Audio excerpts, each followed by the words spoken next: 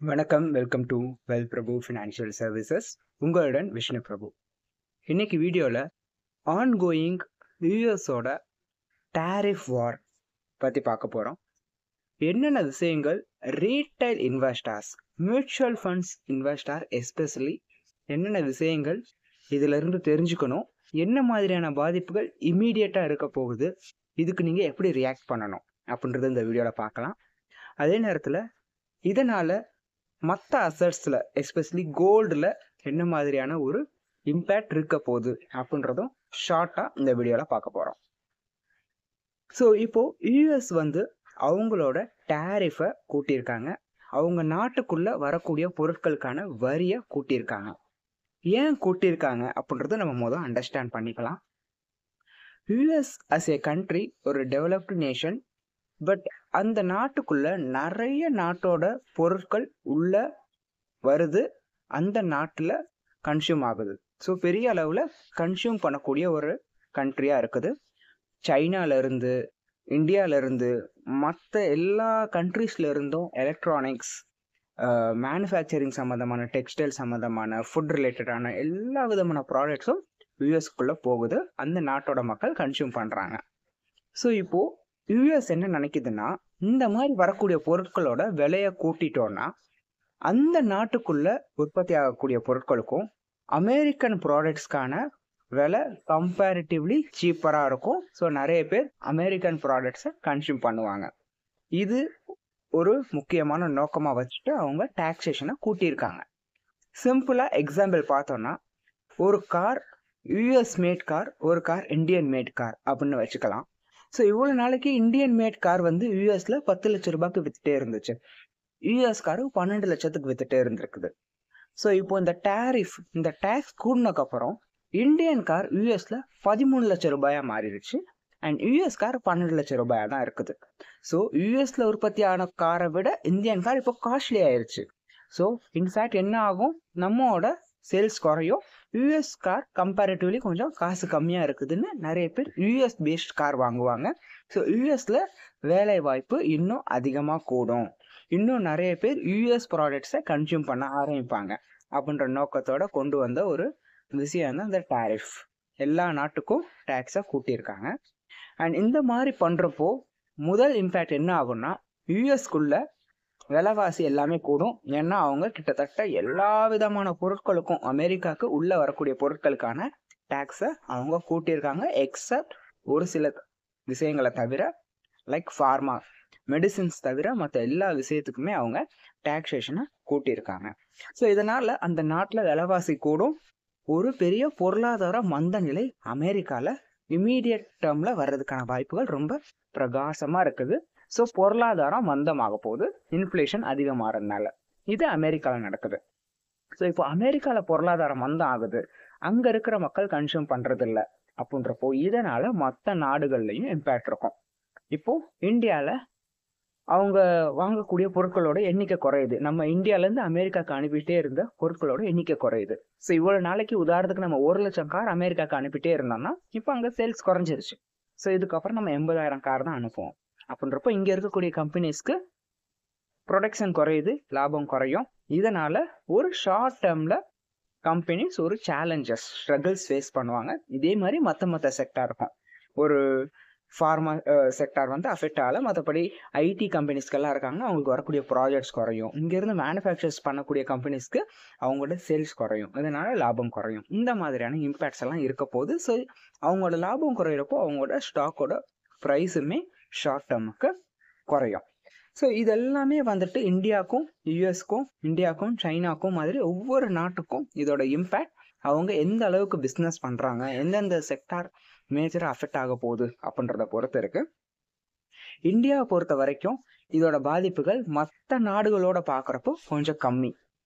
தாய்வானோட, வியட்நாமோட, சைனாவோட பார்க்குறப்போ, south Asian கண்ட்ரிஸோட பார்க்குறப்போ நமக்கு டேரிஃப் கம்மியாக இருக்கிறதுனால ஒரு கார் மற்ற நாட்டிலேருந்து வந்ததை விட நமக்கு நம்மளோட நாட்டிலேருந்து போன காருக்கு டாக்ஸேஷன் கம்மின்றனால மற்ற நாட்டிலேருந்து இம்போர்ட் ஆன பொருளை விட இந்தியாவிலேருந்து இம்போர்ட் ஆன பொருளுக்கு கம்பேரிட்டிவ்லி லெஸ் டேக்ஸ்.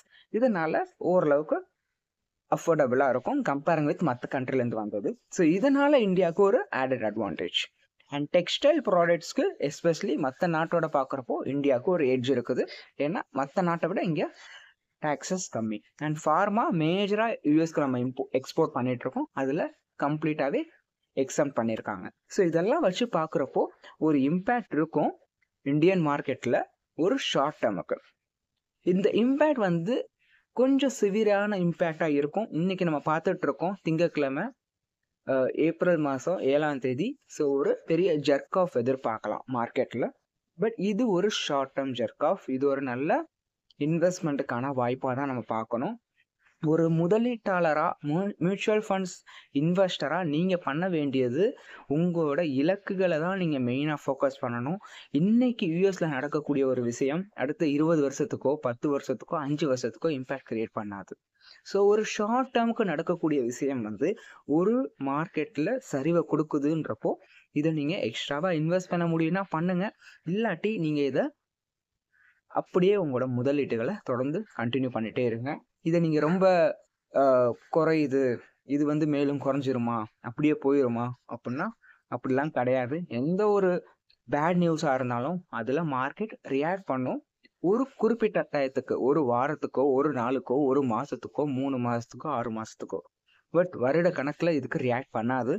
அந்தந்த கவர்மெண்ட்ஸ் வில் டேக் ஆக்ஷன்ஸ் இதுலேருந்து வெளியே வர்றதுக்கு. கோவிட் மாதிரியான மிக மோசமான நிலைமையிலையுமே கவர்மெண்ட் சடனாக ரேட் கட்ஸ் குறைக்குது, இன்ட்ரெஸ்ட் ரேட்ஸ் எல்லாம் குறைக்கிறாங்க எக்கனாமி பூஸ்ட் பண்ணுறதுக்கு. அண்ட் இந்தியா வந்து மேஜராக டொமஸ்டிக் எக்கனாமி, நம்ம பெரிய அளவில் எக்ஸ்போர்ட் சார்ந்த எக்கனாமி கிடையாது. பட் சைனா பார்த்தீங்கன்னா எக்ஸ்போர்ட் பேஸ்ட் எக்கனாமி, பெரிய அளவில் அவங்க எக்ஸ்போர்ட் சார்ந்து இருக்காங்க. நம்ம நாடு அந்த மாதிரி கிடையாது. ஸோ என்னோட ஒப்பீனியன், இதனால் வரக்கூடிய பாதிப்பு ஒரு ஷார்ட் டேர்முக்கு இருக்கும். பட் இது வந்து ஒரு லாங் டேர்ம் இன்வெஸ்டருக்கு, எஸ்பெஷலி மியூச்சுவல் ஃபண்ட் இன்வெஸ்டருக்கு இதை பற்றி பெருசாக ஓரி பண்ண வேண்டிய அவசியம் கிடையாது. நீங்கள் இண்டிவிஜுவல் ஸ்டாக்ஸில் இன்வெஸ்ட் பண்ணுறீங்கன்னா நீங்கள் கொஞ்சம் ஆக்டிவாக உங்கள் போர்ட்ஃபோலியோ பார்க்கணும். அண்ட் செக்டோர் ஃபண்டு, ஐடி ஃபண்ட்ஸில் ஏதோ ஒரு பர்டிகுலர் செக்டாரில் தீம் பேஸ்டாக இன்வெஸ்ட் பண்ணக்கூடிய ஃபண்ட்ஸ் இருக்குது உங்கள்கிட்டனா உங்கள் ஃபினான்ஷியல் அட்வைசர்கிட்ட ஒரு வாட்டி கன்சல்ட் பண்ணிக்கோங்க. இது எப்படி நம்மளோட கோலோட இது அலைன் ஆகுதா, இதில் நம்ம ஃபர்தராக இன்வெஸ்ட் பண்ணலாமா இல்லை எக்ஸிட் பண்ணலாமா, இந்த மாதிரி விஷயங்கள்லாம் டிஸ்கஸ் பண்ணுங்கள். மற்றபடி இந்த ஒரு பர்டிகுலர் டேரிஃப் இஷ்யூனால் நடந்த இந்த மார்க்கெட் கிராஷ் கடந்த 2 நாளில் நடந்திருக்கு. அண்ட் இந்த வாரம் இன்னும் கொஞ்சம் சிவியராக நடக்கிறதுக்கான வாய்ப்புகளும் இருக்குது. இதை we have to accept and go on. Like இதுக்கு முன்னாடி நடந்த பல விஷயங்கள் மாதிரி தான் இதுவும். இதனால் ஒரு லாங் டேர்ம் இம்பேக்ட் இருக்க போகிறது கிடையாது. ஐடி கம்பெனிஸ் பெரிய அளவில் ஒரு டவுன்ஃபாலில் இருக்குது. அண்ட் மேபி இன்னும் கொஞ்ச நாளைக்கு அதே மாதிரி நிலைமையில் இருக்கலாம். But it is not gonna impact உங்களோட லாங் டேர்ம் இன்வெஸ்ட்மெண்ட்ஸில். அதனால just continue your investment. And பொதுவாகவே சொல்லுவாங்க, நம்ம இன்வெஸ்ட்மெண்ட்ஸ் பண்ணுறப்போ டெய்லி மார்க்கெட் பார்த்துட்டே இருக்கக்கூடாது, நம்ம வந்து காதுகளை அடைச்சிக்கணும் அப்படின்ற மாதிரி. ஸோ நீங்கள் நடக்கக்கூடிய எல்லா விஷயத்துக்கும், எல்லாருமே சொல்லக்கூடிய விஷயங்களுக்கு நீங்கள் ரியாக்ட் பண்ணிகிட்டே இருந்தீங்கன்னா உங்களால் கண்டிப்பாக லாங் டேர்ம் வெல்த் பில்ட் பண்ண முடியாது. So just stay invested for long term. And நிறைய பேர் ரீசெண்டாக கேட்கக்கூடிய ஒரு விஷயம் என்னென்னு பார்த்தீங்கன்னா, கோல்டு வந்து குறைஞ்சிருமா அப்படின்னா குறையிறதுக்கான வாய்ப்புகள் ரொம்ப அதிகம். நான் பர்சனலாக அப்சர்வ் பண்ணுறது 2 முக்கியமான ரீசன்னால கோல்டு குறையும். ஸோ மொதல் விஷயம் பார்த்தீங்கன்னா, எப்போ ஒரு பர்டிகுலர் அசட் கிளாஸ் ஒரு ஷார்ட் டேர்மில் அதிகமாக ஏறுதோ அதுக்கப்புறம் அது குறையும். இது ஈக்விட்டி, நம்ம ஸ்டாக் மார்க்கெட்டாக இருந்தாலும் சரி, ஒரு குறிப்பிட்ட ஏரியாவில் ரியல் எஸ்டேட் பார்த்தீங்கன்னா ரொம்ப வேகமாக ஏறி இருக்கும். அந்த டைமில் போயிட்டு வாங்கிடுவாங்க. அப்புறம் பார்த்தீங்கன்னா 5-10 வருஷம் ஆனாலும் அதில் ஏறாது. கோல்டு ஷார்ட் டேர்மில் மிகப்பெரிய அளவில் ஏறி இருக்கு. இது வந்து டெக்னிக்கலாக ஓவர் பாட் ஜோன் சொல்லுவாங்க. மிக அதிக அளவில் மக்கள் வாங்கியிருக்காங்க. ஸோ ஓவர் பாட் ஜோனில் இருக்கிறதுன்றது டெக்னிக்கலாக இதுக்கப்புறம் அவங்க ப்ராஃபிட் புக்கிங் பண்ணுறதுக்கான வாய்ப்புகள் ரொம்ப அதிகம். இதனால் குறையலாம். 2வது, உலக அளவில் ஒரு எக்கனாமி வந்து ஸ்லோ டவுன் ஆகுதுன்றப்போ கோல்டோட கன்சம்ஷனும் குறையும், வாங்குறவங்களோட எண்ணிக்கை குறையும். ஏன்னா மக்கள்கிட்ட பணம் அதிகமாக புழங்க நிறைய பேர் கோல்டு வாங்குவாங்க.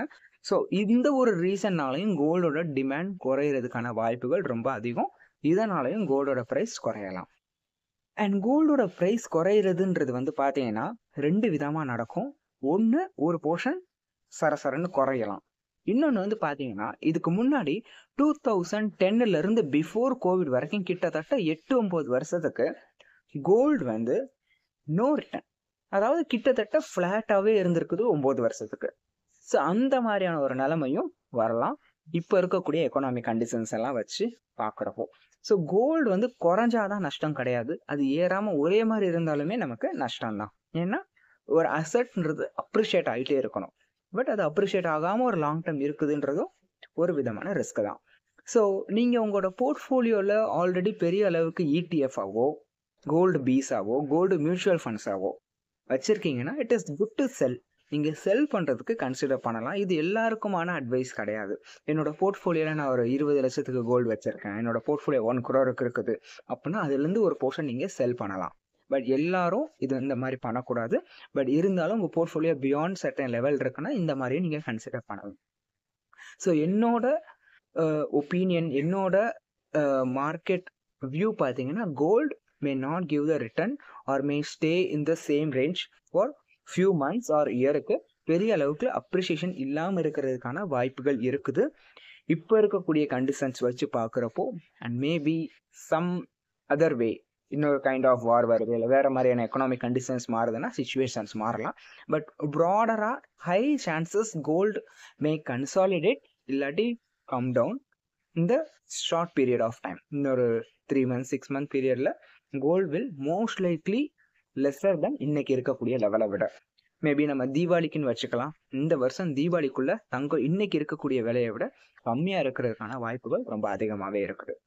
ஸோ என்னோட ஓவரால் வியூ நான் சொல்லியிருக்கேன், எல்லாருக்கும் புரிகிற மாதிரியும் இந்த மார்க்கெட் கண்டிஷனை எப்படி பார்க்கணுன்றதும் சொல்லியிருக்கேன். பட் இது சம்பந்தமாகவும் நீங்கள் இன்னும் பேசணுன்னா என்னை கால் பண்ணுங்கள். So we can have you detailed call.